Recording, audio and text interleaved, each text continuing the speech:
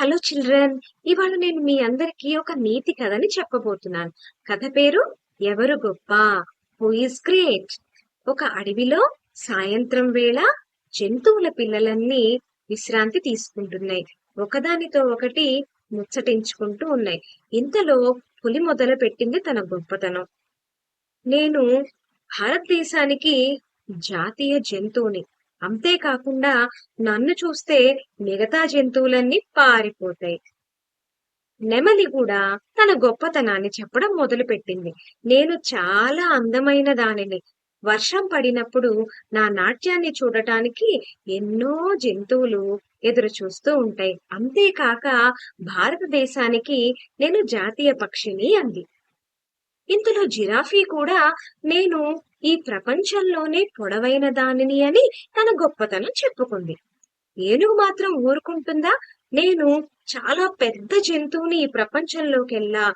అడవిలో మంటలు అంటుకున్నప్పుడు నేను నా తొండంతో నీటిని తీసుకొని అడవిలోని మంటలన్నీ ఆర్పుతాను అని తన గొప్పతనం చెప్పుకుంది. ఇంతలో కుందేలు నేను చాలా తెలివైన దానిని. సింహాన్ని కూడా నేను ఫూల్ని చేయగలను అని గొప్పతనం చెప్పుకుంది. తాబేలు మాత్రం ఊరుకుంటుందా?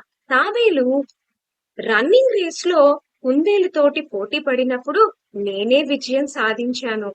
నేను నేలపైన నీటిలోనూ జీవించగలను అని అన్నది. కోతి చెట్టు మీద నుంచి దూకి నేను ఒక చెట్టు మీద నుంచి మరొక చెట్టు మీదకు దూకుతూ దూరంగా ఏం జరుగుతున్నదో చూడగలను. శత్రువులు ఎవరన్నా అడవిలోకి ప్రవేశిస్తుంటే మీ అందరికీ కూడాను ఇన్ఫర్మేషన్ ఇవ్వగలను అనంది. సింహం మరి ఊరుకుంటుందా? మీ మీ మీ గొప్పతనాలు ఎలా ఉన్నా మీరందరూ ఉండేది ఈ అడవిలోనే. ఈ అడవికి రాజెవరు? నేనే అంది. అంతే. నిజమే మరి. జంతువులన్నీ కూడా నిజమే, నువ్వు చెప్పింది నిజమేనని చెప్పి ఒప్పుకున్నాయి. ఇంతలో సింహం రాకను గమనించి జంతువుల పిల్లలన్నీ కూడాను పారిపోయినాయి.